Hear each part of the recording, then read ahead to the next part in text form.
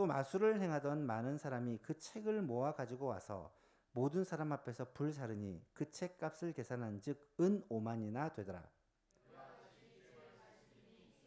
흥왕하여 세력을 얻으니라. 아멘. 지난주부터 우리가 바울의 3차 전도 여행에 대해서 살펴보고 있습니다.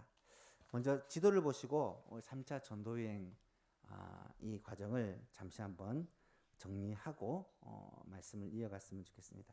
3차 전도 여행도 1, 2차와 마찬가지로 수리아에 있는 안디옥 교회에서 출발을 합니다. 2차에서도 그랬듯이 육로로 1차 전도여행에서 다녔던 부르기아와 갈라디아 지방에 있는 교회들, 비시디 안디옥, 이고니온, 루스트라, 더베 이런 지역을 돌아보고 교회를 든든하게 합니다. 그리고 2차 때는 드로아로 가서 바다를 건너 바로 유럽으로 건너갔는데 3차 때는 아시아에 있는 에베소로 가게 됩니다. 에베소에서 3년, 만 3년을 거하면서 그곳에서 교회를 세우고 많은 제자들을 가르치고 그렇게 집중적으로 사역을 한 후에 2차 전도여행에 세웠던 교회들, 유럽에 있는 교회들 돌아보고자 배를 타고 드로아로 가서 다시 유럽으로 건너가 빌립보 교회, 데살로니가 교회, 베레아에 있는 교회, 그리고 고린도와 아덴 이런 교회들을 마게도냐와 아가야 지방의 교회들을 돌아본 후에 다시금 왔던 길로 돌아와서 에베소로 들어가기가 이 시간상 맞지 않아 밀레도라는 곳을 거쳐서 바로 예루살렘으로 가는 그런 과정이 3차 전도여행의 과정입니다. 이 3차 전도여행은 좀 기간이 깁니다. 한 6년 정도가 소요가 되었는데 그 중에 3년을 절반을 에베소에서 사역을 하게 되죠. 그래서 3차 전도여행의 초점은 에베소라고 할 수 있습니다. 나머지 지역은 다 1차와 2차 때 다녀갔던 지역을 교회를 다시 든든하게 하기 위해서 돌아본 것이고요. 집중적으로 사역한 것은 에베소 사역입니다. 에베소라는 이 장소에 대해서 우리가 조금 알고는 있지만 다시 한번 정리를 해보자면 이 에베소는 소아시아 지역에 있는 항구 도시입니다. 소아시아라고 하면 오늘날의 터키에 해당하는 지역이죠. 원래는 이것을 아시아라고 부르는데 우리가 흔히 생각하는 아시아와 구별하기 위해서 우리는 소아시아라고 그렇게 명칭을 하는 겁니다. 이 지역은 지금의 터키 지역의 서쪽에 있는 항구 이름입니다. 지금도 에베소라는 그런 지명들이 있죠. 당시 지중해 연안에 있는 대부분의 도시들이 다 그랬듯이 이 에베소도 BC 334년에 헬라의 지배를 받게 되었고 또 BC 133년에는 로마의 지배를 받게 됩니다. 헬라의 알렉산더 대왕이나 또 로마를 세웠던 가이사 아구스토 같은 사람들이 이 에베소를 보니까 너무 교통이 좋은 거예요. 아시아로 들어가는 그 입구고 또 배를 타고 유럽으로 갈 수 있는 그런 항구이기도 했죠. 그래서 지리적 장점을 이용해서 이 도시를 전략적으로 키웁니다. 그래서 이 에베소는 일찍부터 큰 도시로 발전이 돼 있고요. 아시아 지역에서는 가장 큰 도시일 뿐만 아니라 로마 제국 전체에서도 탑5에 들 정도로 큰 도시였다라고 알려져 있습니다. 정치적으로는 로마의 아시아 속주의 수도가 바로 에베소였고 경제적으로는 아시아로 통하는 교통의 요충지이자 모든 무역과 상업의 중심지로 이 에베소가 성행을 했습니다. 이 에베소는 바로 바다와 붙어 있지는 않고요. 이 에베소 항으로부터 에베소까지는 약간의 거리가 있지만 그래도 연결되어 있는 그런 항구 도시로 보고 있습니다. 역사의 기록에 따르면 이 에베소에는 인구가 30만 명 이상이 살았다라고 기록될 정도로 큰 도시였습니다. 따라서 사도 바울이 소아시아 선교를 계획하면서 이 에베소를 공략해야겠다라고 생각한 것은 아주 자연스러운 것이었습니다. 그럼 사도 바울은 항상 선교를 할 때 대도시를 중심으로 선교합니다. 마게도냐 지역에서도 어디를 중심으로 선교하죠? 데살로니카를 중심으로. 빌립보보다는 데살로니카가 큰 항구 도시이기 때문에 데살로니카를. 그리고 저 남쪽에 있는 아가야에 가서는 고린도라는 큰 도시를 중심으로 그렇게 복음을 전하게 됩니다. 왜 이렇게 큰 도시를 중심으로 복음을 전했을까? 하나님께서, 예수님께서 이 복음을 온 유대와 사마리아와 땅끝까지 이르러 복음의 증인되라 하셨는데, 땅끝까지 복음이 증거되기 위해서는 사람들이 많이 다니는 그러한 사람들의 왕래가 많은 도시에 복음을 전할 때 이 복음의 전파력이 훨씬 강해지겠죠. 그래서 바울이 항상 꿈꾸던 선교지가 있었습니다. 거기가 어디였을까요? 로마.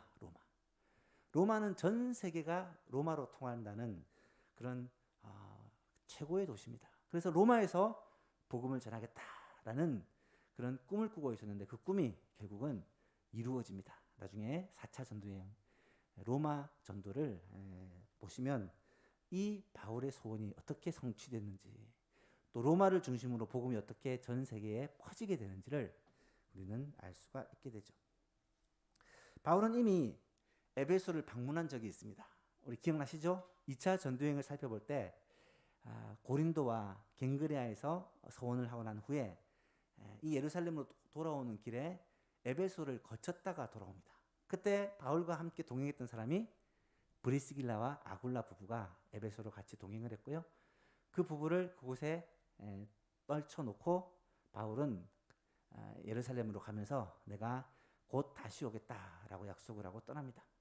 그리고 진짜 얼마 지나지 않아 3차 전도여행을 출발해서 이 에베소에까지 오게 되죠.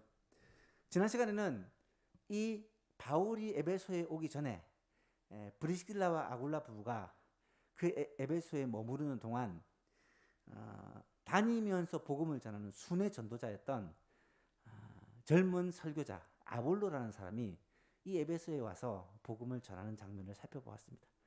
그는 아주 많이 배운 학식을 가진 사람이었고 또 말을 잘하는 은사를 받은 사람이었지만 요한의 세례만 알 뿐 성령에 대해서는 잘 알지 못하는 한계를 가진 사람이었죠. 그래서 브리스길라 아굴라는 이 젊은 사역자, 유력한 사역자 아볼로를 보고는 불러서 이 그리스도의 도에 대해서 자세하게 가르치고 함께 협력함으로 말미암아 이 고린도에 에베소에 복음이 출발되었다라는 것을 알 수 있습니다. 사실 바울이 도착하기 전에 이미 브리스길라와 아굴라 그리고 아볼로의 전도를 통해 이 에베소에 교회가 시작되었다라는 사실을 우리는 알 수가 있죠. 그리고 아볼로는 고린도로 떠나게 되고 이제 바울이 드디어 에베소로 도착을 하게 됩니다. 사도 바울이 에베소에 도착해서 에베소에서 복음을 전하는데 처음에는 유대인 회당에서 그리고 나중에는 두란노라는 서원을 세워서 그곳에서 날마다 복음을 강론하기를 만 2년 플러스 알파에서 총 한 3년 정도를 이 에베소에서 사역을 하게 되는데요. 그런 말미암아 에베소에서는 엄청난 부흥의 역사가 나타나게 됩니다. 바울의 전도여행 모든 곳 가운데 가장 놀라운 부흥이 일어났고 또 가장 오랫동안 말씀을 가르쳤을 뿐만 아니라 가장 기적과 역사가 많이 나타난 곳이 에베소입니다. 오늘부터 이 에베소에서 나타난 하나님의 역사, 하나님의 그 놀라운 역사를 살펴보면서 우리가 함께 은혜를 나누었으면 좋겠습니다. 에베소에서는 크게 3가지 정도의 놀라운 역사가 나타났다라고 말할 수가 있는데요. 첫 번째는 에베소 교회 성도들에게 성령이 임재하시는 그러한 역사가 나타납니다. 오늘 본문의 1절에서 7절 내용에 보시면 그 내용이 자세히 기록되어 있고요. 또 에베소 교회 성도들이 말씀으로 세워지는 역사가 나타납니다. 말씀드렸듯이 두란노 서원에서 만 2년을 매일매일 말씀을 강론하다 보니까 이 에베소뿐만 아니라 온 아시아에 있는 사람들이 다 주의 말씀을 들었다. 말씀의 교육이 가장 활발하게 일어났던 곳이 바로 이 에베소입니다. 에베소에서 출발해서 우리가 알고 있는 아시아의 7교회, 요한계시록에 그 수신자였던 아시아의 7교회가 다 이 에베소 근처에 있는 교회들이거든요. 그 지역들이 다 이때 바울이 바울의 두란노 소원 그 전도로 말미암아 세워진 교회들이다라고 우리는 볼 수가 있게 됩니다. 세 번째로는 에베소에서는 바울을 통해서 많은 표적과 기사들이 나타나고 있습니다. 바울의 선교 사역 가운데 이런 표적과 기사들이 에베소만큼 많이 일어난 곳은 없습니다. 오늘은 이 내용 가운데 첫 번째로 에베소 교회 성도들에게 성령이 임재하시는 역사, 이 내용들을 중심으로 말씀을 한번 살펴보고자 합니다. 오늘 본문 1절에서 7절 말씀을 쭉 보시면 바울이 에베소에 이르러서 에베소 교회 성도들을 만나고 그들에게 질문을 합니다. 무슨 질문을 하냐면 너희가 믿을 때에 성령을 받았느냐. 아마도 그 에베소에 모여서 예수님을 믿는다고 하는 성도들이 열심히 있고 참 예배를 예수님을 예배하고 있는데 아직까지 성령에 대해서 모른다는 것을 바울이 안 거예요. 그래서 그들에게 혹시 너희가 믿을 때 성령을 받았느냐라고 물어보니까 그들이 대답하기를 우리는 성령의 계심도 들어보지 못했다.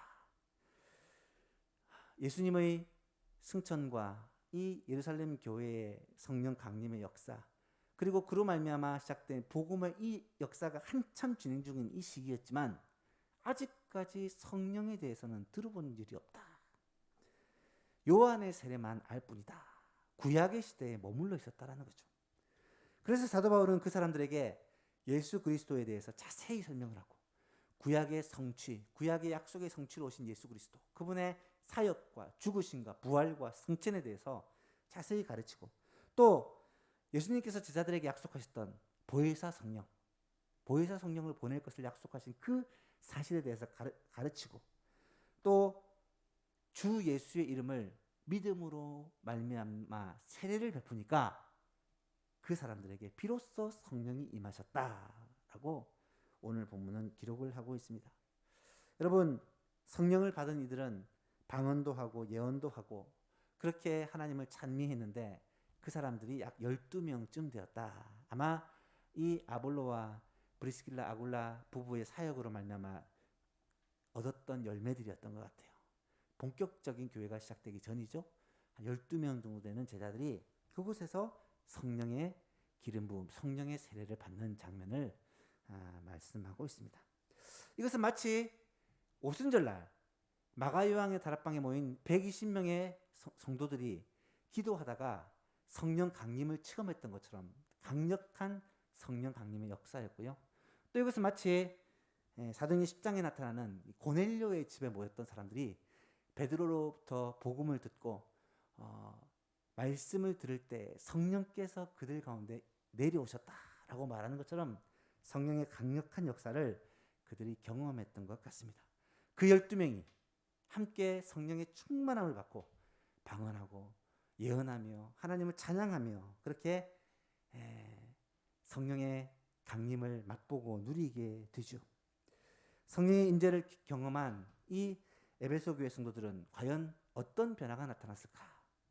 저는 분명히 그들의 신앙과 그들의 삶에 그 전과는 다른 분명한 증거와 변화들이 있었을 것이다 라고 확신합니다. 이 사람들로 말미암아 에베소의 교회가 세워지고 또 바울이 전도함으로 말미암아 에베소의 교회가 확장되어져서 가장 부흥하는 교회, 가장 강력한 교회로 그렇게 세워지는 계기가 되어지죠. 나중에 처음에는 안디옥 교회, 수리아에 있는 안디옥 교회가 선교의 본거지였다면 이 바울이 죽고 난 후에는 이 선교의 본거지가 에베소 교회로 옮겨서 이 에베소 교회를 통해 온 세계가 복음화되는 그런 역사가 일어나게 되죠.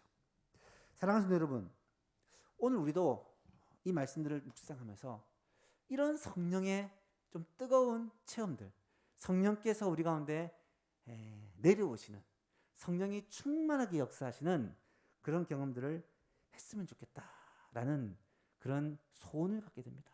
성령 충만 없이 신앙생활을 하면 신앙생활이 힘이 들죠. 즐겁고 기쁘고 행복한 것이 아니라 신앙생활하는 것이 짐이 되고 부담이 되고 힘이 들 때가 많아요. 그런데 성령으로 충만하면 신앙생활하는 것이 이것이 최고의 기쁨이요, 최고의 행복이요, 최고의 감격이라는 것입니다. 사랑하는 성도 여러분, 오늘 이 말씀을 쭉 묵상을 하면서 이런 성령 충만에 대한 갈망들이 우리의 마음속에서 불일 듯 일어날 수 있기를 간절히 바랍니다. 성경을 쭉 읽어보다 보니까 이 성령과 관련해서 그리스도인 중에 세 부류의 사람이 있다는 것을 알게 되었어요. 첫 번째 사람은 교회에 출석은 하고 있지만 아직까지 성령으로 거듭나지 못한 사람이 있다는 거예요. 성령이 오시지 않았다, 이 말은 예수님을 믿지 않았단 말과 동일한 말이에요. 그런 사람들은 교인이라고는 부를 수 있어도 성도라고 부를 수는 없습니다. 왜냐하면 성령으로 말미암아 예수 그리스도를 제대로 만나지 않은 사람이기 때문에. 이런 자들을 가리켜 바울은 뭐라고 하냐, 육에 속한 사람이다 라는 표현을 씁니다. 고린도전서 2장 14절에 보니까 육에 속한 사람은 하나님의 성령의 일들을 받지 아니하나니 이는 그것들이 그에게는 어리석게 보이며 또 그는 그것들을 알 수도 없나니 그러한 일은 영적으로 분별되기 때문이라. 고린도 교회 안에는 육에 속한 사람들이 있었다는 거예요. 교회 안, 교회라는 이 울타리 안에 믿지 않는 사람, 예수님을 제대로 만나지 못한 사람, 육에 속한 사람들이 있었다는 거예요. 그런 사람들은 사실 그리스도인은 아니죠. 하나님의 성령의 일들을 받지 않았다라는 말은 그들이 하나님을 제대로 만나지 못했고 예수님을 제대로 영접하지 못했다는 말이고요. 이 말은 그들이 구원받지 못했다는 말이에요. 오늘날의 교회 안에 구원받지 못한 사람들이 섞여 있어요. 그것을 예수님은 비유로 가라지가 같이 섞여 있다라고 표현을 하는 거예요. 여러분, 그들은 하나님의 성령의 일들을 받지 않는다라고 표현하는데요. 하나님의 성령의 일들을 받는다. 하나님의 성령의 일이라는 것은 뭘 말하겠습니까? 성령께서 하시는 일은 여러 가지가 있는데 그 중에서 가장 중요하고 핵심적인 일이 뭐냐? 성령께서는 예수님을 믿게 하는 일을 하시는 거예요. 우리가 예수 그리스도를 알고 예수 그리스도를 하나님의 아들이요 나를 위해 십자가를 지고 죽으시고 부활하시고 승천하신 분으로 나의 모든 죄를 사하시고 나의 구주가 되시고 나의 주가 되신다는 사실을 성령께서 믿게 하신다는 거예요.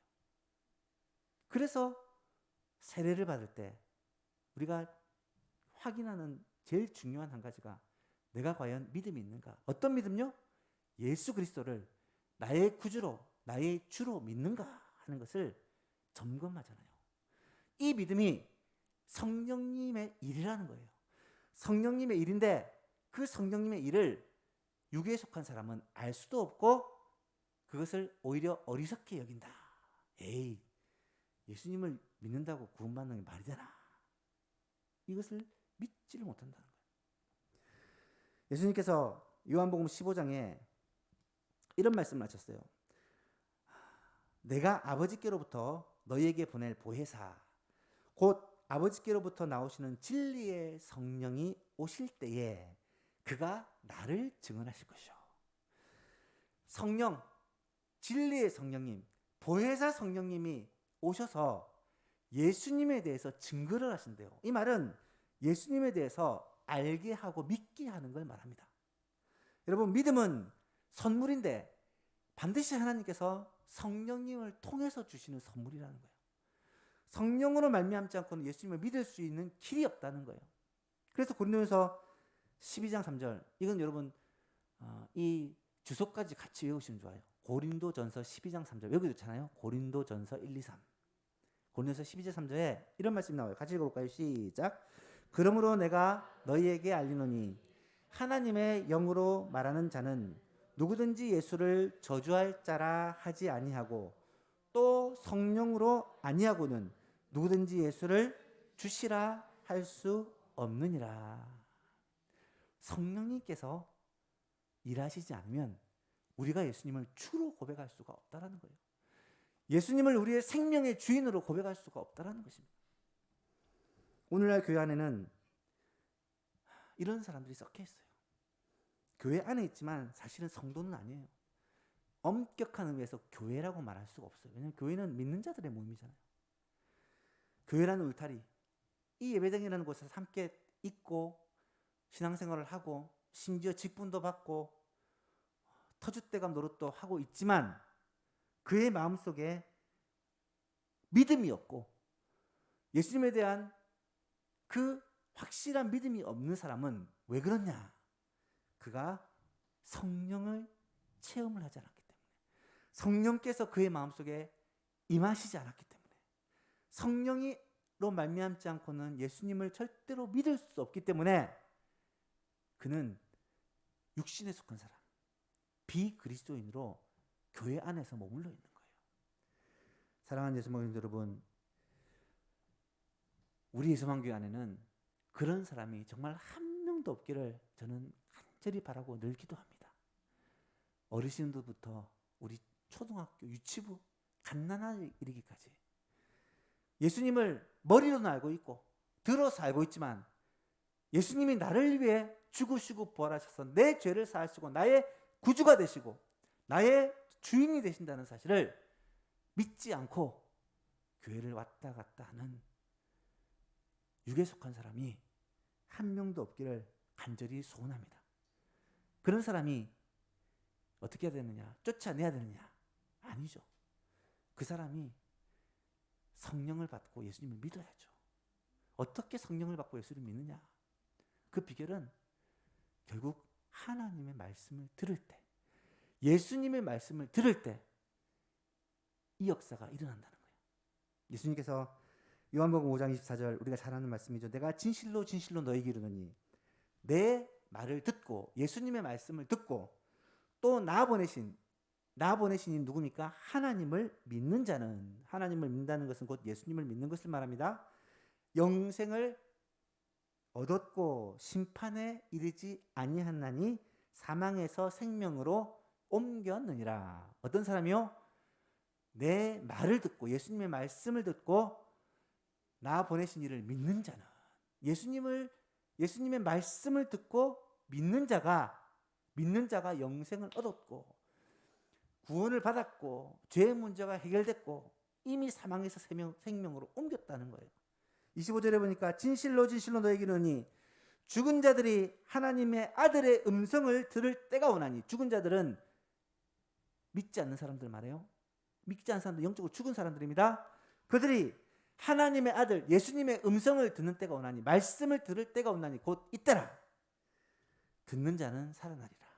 예수님의 말씀을 듣는 사람은 살아난다. 예수님의 말씀을 듣는 사람은 살아난다. 사랑하는 여러분, 주의 말씀을 들을 때 죽었던 영혼이 육에 속한 사람이 살아나고 생명을 얻게 되는 역사가 있게 되는 줄로 믿으시기 바랍니다. 그래서 바울 사도는 이렇게 말하잖아요. 그러므로 믿음은 들음에서 나며 들음은 그리스도의 말씀으로 말미암았느니라. 말씀을 들을 때 우리가 마음의 문을 열고 그 말씀을 잘 들어야 돼요. 그렇게 할 때 말씀과 함께 역사하시는 성령께서 우리의 마음을 주장하시고 다스리시고 그 말씀을 도저히 거부하지 못하게 만들고 그 말씀을 받아들이고 회개하고 주님께 나를 맡기는 이런 거듭남의 역사가 일어나게 하신다는 거예요. 사랑하는 예수만교회 모든 교우들, 여러분의 자녀, 친구, 예수만 이 교회에 발을 딛는 모든 성도들이 한 사람도 빠짐없이 이 은혜에 동참하게 되기를 주 예수 그리스도 이름으로 축복합니다. 두 번째 사람들이 뭐냐? 성령으로 거듭나긴 했어요. 예수님을 믿음으로 거듭나긴 했지만 여전히 육신의 소욕을 따라 살아가는 사람들이 있다는 거예요. 교회 안에는 성령으로 거듭나서 예수님을 만나서 구원받았지만 여전히 세상 사람과 별 차이 없이 육신의 소욕을 따라 살아가는 사람들이 있다는 거예요. 사도 바울은 이런 사람들을 향해서 육신에 속한 그리스도인이다 라고 부릅니다. 육신에 속한 그리스도인이다. 고린도전서 3장에 보면 형제들아 내가 신령한 자들을 대함과 같이 너희들에게 말할 수가 없어서 육신에 속한 자 곧 그리스도 안에서 어린 아이들을 대함과 같이 하노라. 여기서 육신에 속한 자는 육에 속한 사람과는 다릅니다. 예수님을 믿어서 하나님의 자녀가 되었지만 뭐와 같아요? 어린아이와 같다. 갓난아기와 같다. 너희들을 어른처럼 신령한 사람처럼 대우해주고 싶지만 너희들이 하는 행동과 삶이 어린아이와 같다. 어린아이와 같다. 육신에 속한 자와 같다.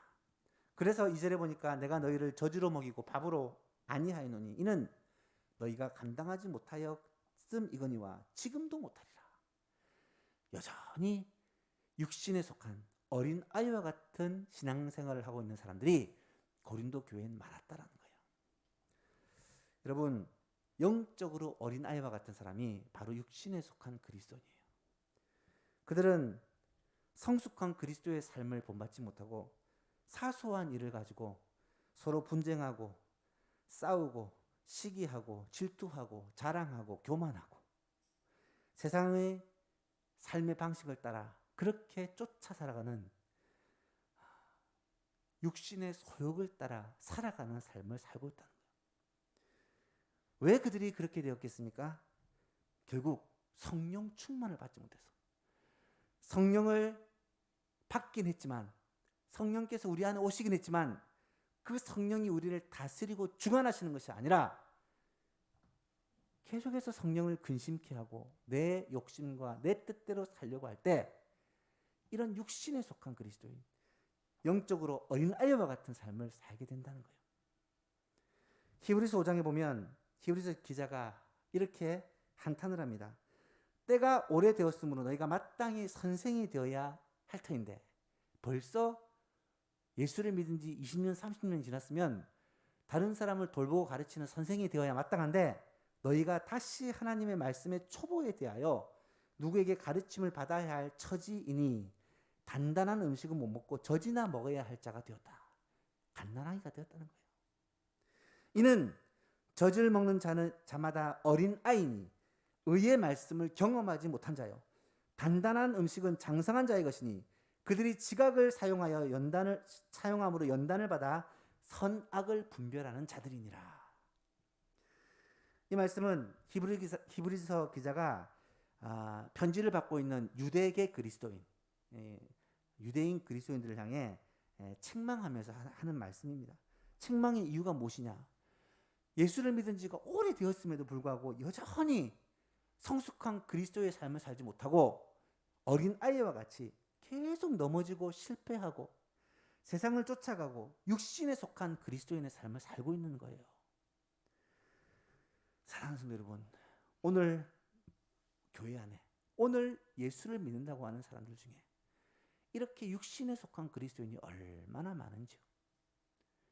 영적으로 자라나서 그리스도의 모습을 닮아가고 다른 사람을 가르치고 돕는 선생이 되어야 되고 아비가 되어야 되는데 20년, 30년을 신앙생활 하면서도 여전히 어린아이와 같이 밥 달라, 밥도 제대로 못 젖 달라 그러고 있는 신앙생활 하는 사람들이 많다는 거예요.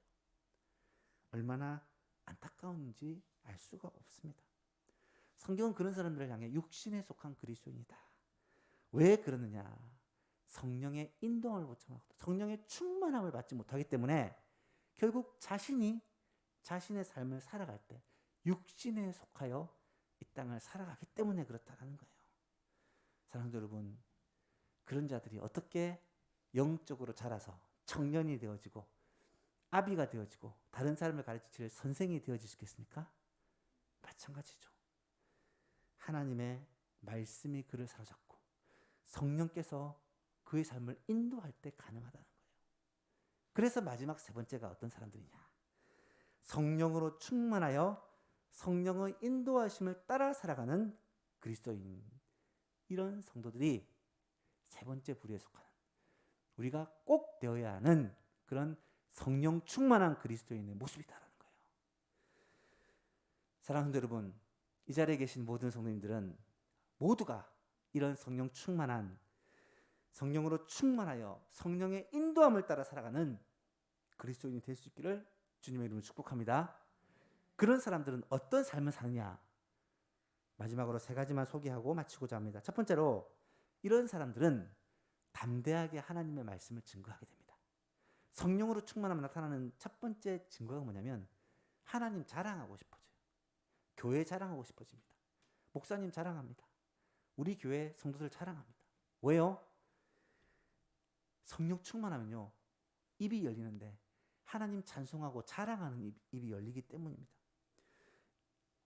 진짜 성도는요, 진짜 거룩은요, 세상으로부터 구별되는 진짜 거룩은 무엇을 말하느냐? 성령으로 충만하여서 이 성령이 우리를 지배하고 다스릴 때 나타나는 현상이라는 거예요.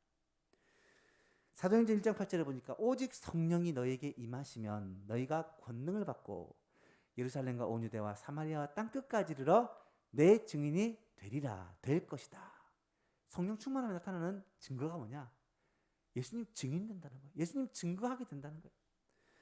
사도행전 4장 31절에도 보니까 빌기를 다음에 모인 곳이 진동하더니 무리가 다 성령이 충만하여, 성령 충만과 성령 세례는 나중에 한번 기회가 있으면 설명을 드리겠는데, 성령 세례라는 말은 적합한 단어는 아니에요. 성령 세례로 쓰이는 거의 대부분은 성령 충만으로 이해하시면 돼요. 성령이 충만하게 되어졌을 때 어떤 일이 벌어졌느냐? 담대히 하나님의 말씀을 전했다. 성령 충만한 사람의 특징은요, 주님을 자랑하고 싶어져요. 하나님 자랑하고 싶어집니다. 전하지 않고는 견딜 수 없는 마음이 생긴다는 거예요. 두 번째로 성령 충만함에 나타나는 현상이 뭐냐? 성령의 열매가 풍성한 삶을 살게 된다는 거예요. 우리의 삶을 통해 열매가 맺히는데 그 열매가 성령의 아름다운 성품이, 예수님의 성품이 열매로 맺히게 된다는 거예요. 우리가 잘 아는 말씀이죠. 갈라디아서 5장 22절 23절 말씀 같이 읽어볼까요? 시작. 오직 성령의 열매는 사랑과 희락과 화평과 오래 참음과 자비와 양성과 충성과 온유와 절제니 이 같은 것을 금지할 법이 없느니라. 이런 성품들이 예수님의 성품인데 성령 충만하면 우리 안에서 이런 성품들이 열매로 맺혀지게 된다는 거예요. 성령으로 충만하면 사랑하게 되고요. 성령으로 충만하면 기뻐하게 되고요. 성령이 충만하면 화목하게 되고요. 오래 참게 되고요. 자비하게 되고 선한 일을 추구하게 되고 충성하게 되고 온유하게 되고 절제하게 된다는 거예요. 이것이 예수님의 모습이라는 거예요. 예수님 닮아가게 됩니다. 예수님처럼 살게 됩니다. 성령 충만한 삶의 증거요 특징이라는 거예요. 마지막 세 번째로 성령 충만하면 어떻게 됩니까? 이런 자들은 성령님이 주신 은사를 따라 교회를 섬기게 됩니다. 고린도서 12장에 보면 은사장이라고 불리는 이 장을 보면 은사는 여러 가지나 성령은 같고 직분은 여러 가지나 주는 같으며 또 사역은 여러 가지나 모든 것을 모든 사람 가운데서 이루시는 하나님은 같으니. 잘 보세요. 은사를 주시는 분은 성령님이세요. 그리고 직분을 주시는 분은 주 예수님입니다. 그리고 모든 사역 가운데 모든 사람 가운데서 역사하시는 분은 하나님이세요. 사실은 이것은 하나님과 성령님과 예수님을 구분시킨 게 아니라 삼위 하나님이 하시는 일이 바로 각 사람에게 은사를 나누어 줘서 자기에 맞는 사역들을 감당하게 하도록 하시다라는 말입니다. 그래서 7절에 뭐라고 말하냐? 각 사람에게 성령을 나타내심은 유익하게 하려 하심이라. 여기서 문맥을 보시면 앞에 내용하고 연결시켜 보면 이 유익하게 한다는 말이 몸을 유익하게 한다. 몸이 뭐냐? 그리스도의 몸인 교회를 말하는 것입니다. 여러분, 은사를 왜 주신 줄 아십니까? 우리에게 다른 사람이 가지지 못한 특별한 능력과 특별한 지혜와 특별한 열심과 특별한 은사를 주신 이유가 뭔지 아십니까? 주의 몸된 교회를 섬기게 하심이에요. 주의 몸을 유익하게 하기 위해서 주셨다는 거예요. 주의 교회를 섬기고 성도들을 섬기고 함께 신앙생활 잘하도록 하기 위해 하나님께서 이런 은사를 각 사람에게 다르게 나누셨다는 거예요. 각자 받은 은사를 따라 교회를 섬기고 함께 성도들을 섬겨갈 때 이 교회가 그리스도의 몸을 이루고 그리스도의 지시대로 이 교회가 함께 움직여갈 때 그를 통해 하나님의 뜻이 이루어지고 하나님의 나라가 세워져 간다는, 이게 성경에서 가르치는 원리라는 것입니다. 성령 충만하면 이런 역사가 일어나게 돼요. 우리 예수만교회 안에 이런 놀라운 역사가 일어났으면 좋겠어요. 예수만교회 안에 각자의 받은 은사를 따라 주와 교회를 열심히 섬기고 그러므로 말미암아 이 성도들이 그리스도 안에서 예수님을 닮아가는 성령의 열매들이 주렁주렁 맺히고 그리스도를 열심히 증거하여서 믿는 자들이 더하여지고 하나님께서 우리 교회를 통해 역사하시고 사용하셔서 정말 하나님의 나라를 세워가는 일에 귀히 쓰시는 그런 아름다운 역사가 우리 예수만교회에 있게 되기를 간절히 소망합니다. 말씀을 맺습니다. 오늘 여러분에게 세 가지 종류의 사람들을 말씀을 드렸어요. 첫 번째는 육에 속한 사람, 비그리스도인이에요. 두 번째는 육신에 속한 그리스도인, 예수님을 믿지만 여전히 세상을 쫓아 사는 사람.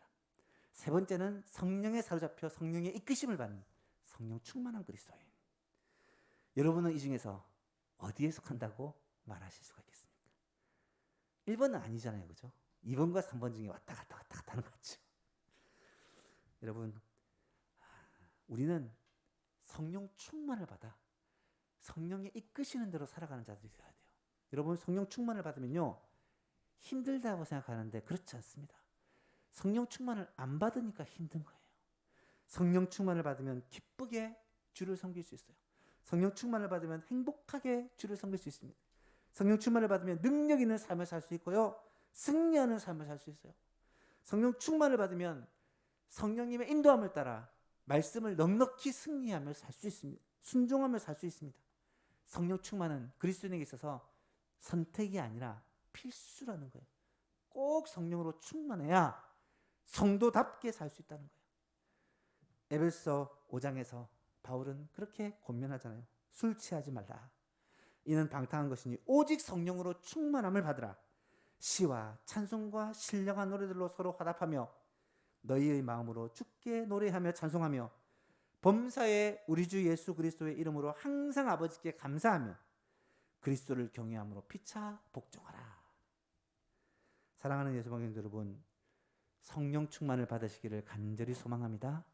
이 밤에 우리가 기도할 때 하나님, 내가 먼저 성령으로 충만하게 하시고 우리 예수방교회 성도들이 성령으로 충만한 성도들 되게 해주시고 우리 가족들이 성령으로 충만한 가정 되게 해주시고 우리 교회가 성령으로 충만하여 하나님의 기쁨이 되고 하나님의 마음을 시원하게 드리고 하나님의 뜻에 따라 맡긴 사명들을 넉넉하게 감당함으로 주의 뜻을 이루어가는 교회 될 수 있도록 은혜를 베풀어 주옵소서. 하나님, 이 은혜를 나에게, 우리 가정에, 우리 교회에 베풀어 달라고 간절히 기도하는 이 밤이 되었으면 좋겠습니다. 찬송가